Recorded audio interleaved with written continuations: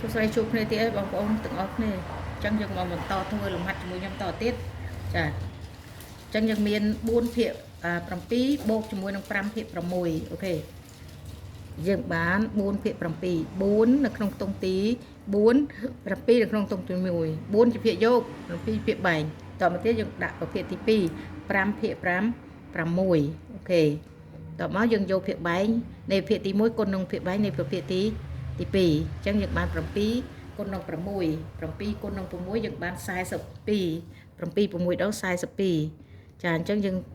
42យើងរុញ5ឡើងទៅយើងនៅសល់2តបមកដាក់40នៅក្នុងខ្ទង់ទី2តបមកទៀតយើងសម្អាតចេញអស់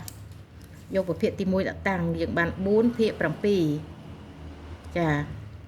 តបមកយើងយកភាគបែងរួមនេះយកមកចែកជាមួយនឹងភាគបែងនៃប្រភេទទី1យើងបាន42ចែកនឹង7 42នឹងចែកនឹង7យើងបាន6អញ្ចឹងយើងគ្រាន់តែទាញក្រុមកម្មមួយគ្រាប់ចុះមកយើងនៅសល់6ជាប់តបមកយើងយកផលចែក6គុណជាមួយនឹង4ភាគយកអញ្ចឹង6 4ដង20 24ចាអញ្ចឹង24ជាភាគយកថ្មីនៃប្រភេទទី1ចា6 4ដង24ចាបាន20នៅក្នុងខ្ទង់ទី5 4នៅក្នុងខ្ទង់ទី4អូខេតបមកសម្អាតចេញមកដាក់ប្រភេទទី2អញ្ចឹងយើងបាន5ភាគ6ចាអញ្ចឹងយើង42ចែកនឹង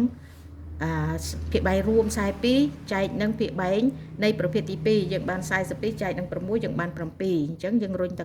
មកគ្រាប់ឡើងទៅយើងបាន7តបមកយើងយកផលចែក7គុណជាមួយនឹងភាគយកចា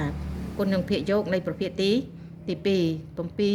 5ដង35អញ្ចឹងយើងសម្អាតចេញអស់ទៅយើងដាក់35នៅខ្ទង់ទី1 30នៅក្នុងខ្ទង់ទី1 5នៅក្នុងខ្ទង់ទី2ផ្នែកខាងឆ្វេងអូខេបន្ទាប់ពីហើយយើងបូកអញ្ចឹងយើងបាន24បូកនឹង35ចាអញ្ចឹង24ជាភាគយកនៃប្រភេទភាគយកថ្មីនៃប្រភេទទី1 35ភាគយកថ្មីនៃប្រភេទទី2អូខេអញ្ចឹងយើងបាន3បូកនឹង2យើងបាន5យើងសម្អាត2ទៅយើងដាក់5តម្លាក់5ពីលើមកចាតមកទៀត5បូកនឹង4 9ចាយើងតម្លាក់5មកយើងបាន9យើងបាន59ភាគ42អញ្ចឹងឃើញថាភាគយកធំជាងភាគបែងឬក៏ហៅថាភាគមិនសុទ្ធអញ្ចឹងយើងត្រូវនេះវាយើងសម្រួលចាដូរប្រភេទមិនសុទ្ធទៅជាចំនួនចម្រុះអញ្ចឹងបដូរយើងត្រូវយើងយកភាគបែងរួមនេះយកមកដាក់តាំងនៅខាងឆ្វេងមកតបយើងធ្វើប្រមាណវិធីដកអានេះទៅជាតួដកទី1ភាគយកនេះភាគយកថ្មីនឹងទៅជាតួដកទី1ហើយភាគបែងនេះទៅជាតួដកទី2អញ្ចឹងយកតួដកយកភាគបែងនេះយកមកដាក់តាំងនៅខាងឆ្វេងចាបន្ទាប់មកយើងដកអញ្ចឹង5ដក4នៅសល់5ដក4ឬក៏50ដក40នៅសល់10ចាអញ្ចឹងយើងនេះយើងងាយយល់យើងយក5ដក4នៅសល់1ចាយើងរុញ5ឡើងទៅយើង